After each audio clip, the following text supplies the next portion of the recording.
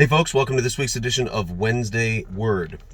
We had a meeting, the community group leader care coaches. So there's some community group leaders that serve as coaches for some of the other community group leaders, and every leader's assigned to a coach. And we had our kickoff meeting Monday, and David Michael gave us this great book on Psalm 23. Haven't read it yet. Like I said, I just got it a few days ago. But it had me thinking about Psalm 23 and stuff that Sarah and I have been talking about lately.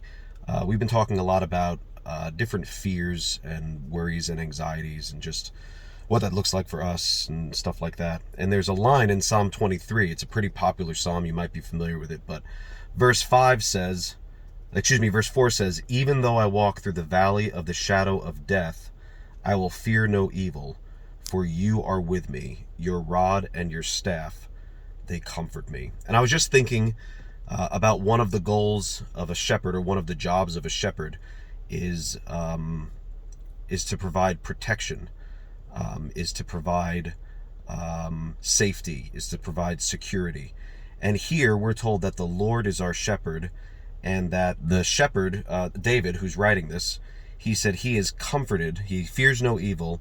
He's comforted by the fact that the shepherd has a rod and a staff, and they comfort him. And so I thought it was just a good reminder for me, as we've been thinking about these things lately, to be reminded of the fact that we have a God, we have a Savior who not only saves us, but keeps us, who not only keeps us, but protects us from a variety of things, right? From even our things in our own thoughts, our own doubts, our own fears, our own anxieties. We can have peace, and we can have assurance, and we can have hope, because it's not up to us to keep ourselves. We don't keep ourselves in good grace. We don't keep ourselves in good standing. Surely we have responsibilities that we want to be as obedient as possible as children of God.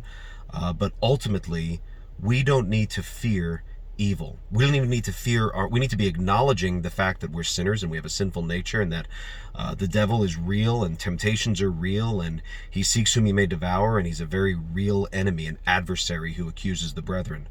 But at the end of the day, God is stronger, Jesus is stronger, and our good shepherd has a rod and a staff, and we are comforted knowing that that rod and staff exists. He holds those to hold us. He has those in his hands so that he can provide protection for us when we need it the most. And so I don't know where that might hit you today, or maybe this would be a helpful thing for you to think about in the days to come. But when you're fearful, whether you're fearful of evil, whether you're fearful of things that aren't even reality, right? They're just things that, it's a pretty well-known fact that most of the things that we're fearful of don't come to fruition, right? If you think back on the things that you've been most anxious about, very few, if any of them, have actually come to pass.